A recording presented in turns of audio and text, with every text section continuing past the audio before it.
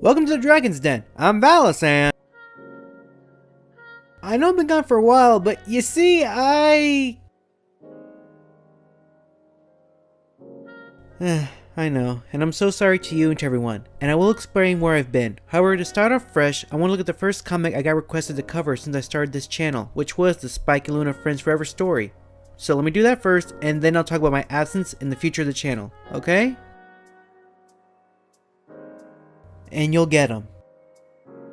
Gracias. So then, let me give y'all a bit of backstory before we begin. Besides the main comic series where the reflection art is from, IDW has a few side series. The first one was the micro series, which ran for 10 issues before it ended, and then from there, Friends Forever took over. The premise is that for every issue, two characters from the show would either work together on a problem, one teaches the other a lesson, or just hang out, or a variation of the three. The reason for this change, according to IDW editor Bobby Corno, is that this gives them space to play around more and more potential for future one-off stories while leaving the more serious stories to the main comic. And I really am grateful for that. It's been especially great seeing two side characters getting to interact, and one of my personal favorites is seeing the one where Spike and Celestia got to go on an adventure. And now that I got that taken care of, let us finally go into the Spike and Luna story written by Jeremy Whitley and see if this story is just as good as the last one. We open the Spike at the Dragonlands in the middle of a flame belting contest, getting egged down by Garble to let one loose. However, Spike's isn't that grand. Here, but a bit of advice. You gotta start from the diaphragm and work up. That was pathetic. I was right. You are a pony after all. And he wonders why Ember never invites him to Coachella. After he's shoved, Spike falls next to Luna's hooves and learns that he's actually dreaming. Spike, I need you to answer the door. The door? I wonder which of the two sisters is the better belcher. Once he wakes up, he hears tapping at the door. Hi! Shh! Rude match? She motions him to come outside and to quietly close the door. That was close. You sure, princess? Cause the last panel showed a big creak sound effect and even your face looked missed by it. What is it, Princess Luna? Is there emergency? Twilight is almost finished re-alphabetizing the Kenlock library. I couldn't forgive myself or I woke her up now.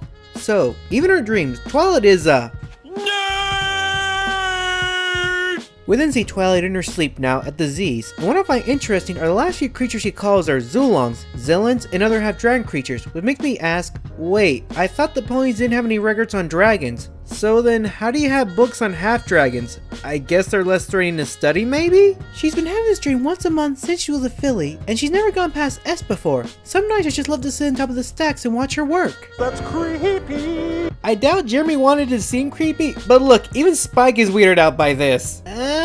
Okay, was there a reason you woke me up, though? What? Oh, yes, Spike, your princess calls on you to assist in an important mission. Hold up, I think I see it now. Luna likes to watch Twilight cause she likes her! Yeah, well tell it to the fan artist! Spike accepts the call, and next we see him and Luna flying across the night sky heading to their destination, while she fills him in on the situation. There have been a number of fires in Philadelphia. As the fires have all been at night, it is my responsibility to investigate. So wait, not only does Philadelphia have a yearly parasite problem, it now has a fire epidemic? I said it before, and I'll say it again. Move the city! I've never been to Philadelphia. Wait, why do you need my help? The fires are unusual, and the unicorn police think the local dragon population is involved. Dragons living in the city? Indeed, Dragon Town is a thriving part of Philadelphia. Sadly, the situation has bred mistrust between the dragons and the unicorns who are investigating. So, not only am I plagued with questions on how there's a large dragon population in Equestrian City, but said population is now facing issues of profiling and police conduct. Get me a bottle of bourbon, this is going to take a while to unpack. So the obvious reason Luna needs Spike's aid is she's hoping that since he's a dragon, he might be able to talk to them and find out who the culprit is. However, Spike has his doubts given his last run-in with them. You sound much like me, Spike. You? Why would anyone be disappointed in you? Nope, too easy. My sister shines quite brightly, I've been noticed. Often standing too close leaves you in the shadow. I've never realized that someone as amazing as you might feel like that. I have faith in you, good Spike. You have many special talents, and I'm not the only one who's noticed. I'll do my best. That's all I can ask. Thank you, Spike. It's like I'm reading a conversation between Deku and All Might, the underdog, getting encouraged by their hero. Man, I can't wait to see them interact more and play off of... You're kidding, right? Well, good thing the bourbon's here. Luna and Spike approach one of the officers and try talking to him, except all he seems to do is just go... And add that to a list of sound effects I never want to hear again. But before Luna vanishes in the Tartarus, they're approached by an old stallion with one of the best mustaches I've seen in ages. I mean, look at it! I haven't seen a mustache that well maintained since Hercule Peru. In fact, I wouldn't be surprised if these two are cousins! I'm the officer of the scene. If you come with me, please. Right along. Cut the siren. Whoop whoop! What's with this guy? Right along? He went through old police academy, finished top of his class. Turned out all he wanted to do was be a police siren. So we let him. Oh, how peculiar. Lady, we're the Philadelphia Police Department. Peculiar's a slow day for us. Very true. In fact, I heard that one time they stopped a massive weed store trafficking ring. It was all over the news. While that's been going on, Spike has been stepping on a slime trail which is causing banana peels to stick to his foot. Princess, I'm Officer by the Book. This is my partner, Officer Hardcase. We're leading this investigation. Oh, come on. What's the dragon doing here? It's bad enough we got Princess babysitting us. Now we got Firebird looking over our shoulders. Wanna run that by me again? You know my name? Of course, by my count, you've helped save Equestria no less than 11 times. Oh, I take that back. He's actually not that bad of a... And you're a dragon, which means calling investigate a fire is like calling Chrysalis to look in case of identity theft. This is just great. Nope, never mind. He is a... You'll have to excuse my partner. He gets emotional about these cases. He doesn't mean any harm. He doesn't sleep well? When you've been on the force as long as he has, you have some strange dreams. Well, for one thing, Luna definitely has her work cut out for her when it comes to this guy's dreams, but I'm curious, what kind of dreams does he have?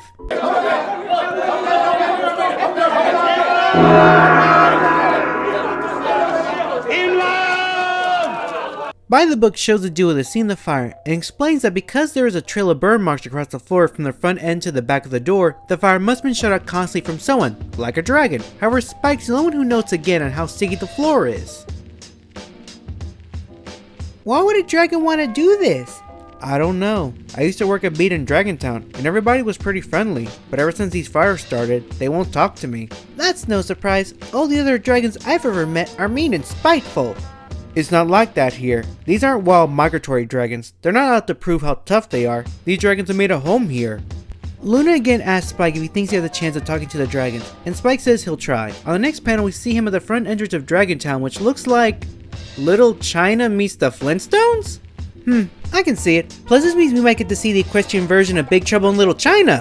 Hello ma'am, my name is Spike, and I'm working with the princess. That didn't go how I expected. Well, on to the next one.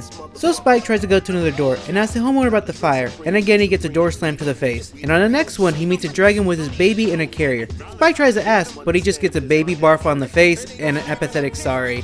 Well, put it this way, Spike. When you were younger, you did do a lot of barfing on Twilight's things, so called as karma. Feeling bummed, he goes to the one place that makes him feel better. No, that's my favorite place. It's the comic book shop. We already agreed on this. Let me finish the story and then I'll explain. Welcome to Dragontown Comics. Let me know if I can help you with anything. Thanks. It was crazy good. The way she swooped in and stopped the ice dragon. I know, I was on the edge of my seat reading the comic. Nothing warms my heart more than seeing nerds get together and geek out about their favorite stories. See, Spike, maybe these dragons aren't so bad. I just can't believe it took so long. Wait, what? There have been dragons in comics from day one, but they're always just there to kidnap princesses or hoard gold or something. Oh boy, this can't be good. It shouldn't have to take a dragon writing a comic for a dragon to be a hero in one. I mean, there should definitely be more dragons making comics, but that's another argument. Hi Bahamut, please stop before they come! But anytime you say it to a pony, they're all like, what about that one story where Humdrum was a dragon? Oh no, I'm not dealing with any of you. Sáquese de mi cueva now!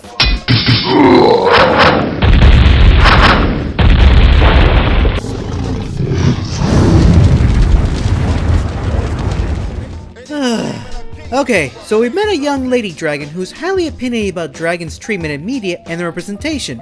So before y'all pass judgment, let's see more of who she is, alright? She bids her friends goodbye and goes to talk to Spike, who gets startled. Easy champ, no actual supervillains in here. My name's Mina. Quite a cute nickname, but I'm more surprised that it's not dragon related or even fire related. Shut it! Spike tells us she's the first dragon here in town that has talked to him, and he was starting to think that they just don't speak here. Well, dragons around here are on the edge, and they don't warm up quickly to outsiders to start with. But I never stop talking, especially about comics, so buck up, buddy. What's your name? Where are you from? I'm Spike. I'm from Ponyville. Red rubies. What? Where? That is so adorable. She has her own catchphrase.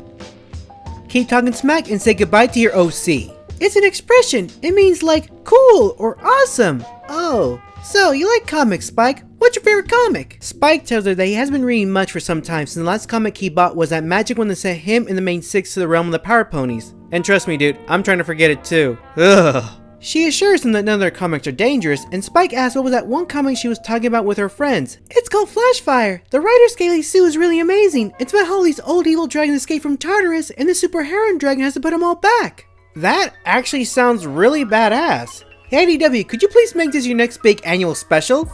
She asks him why he's in town, and he tells her that he's with Princess Luna when... Luna is here? I have to meet her! Luna's the best princess! Do you think I can meet her? Hey! Sáquense de aquí! I don't need you guys here either! Yeah, I could probably introduce you. That would be amazing! Reform villains are my total fave, and she's the ultimate! Well, this definitely separates you from half the MLP fandom. I have so many questions! Is she actually immortal? How old is she really? If she controls the night, what was her nighttime when she was locked up? Is it true that there was some kind of evil symbiote on the moon that turned her into Nightmare Moon? I totally ship her and Sombra. Was that ever a thing?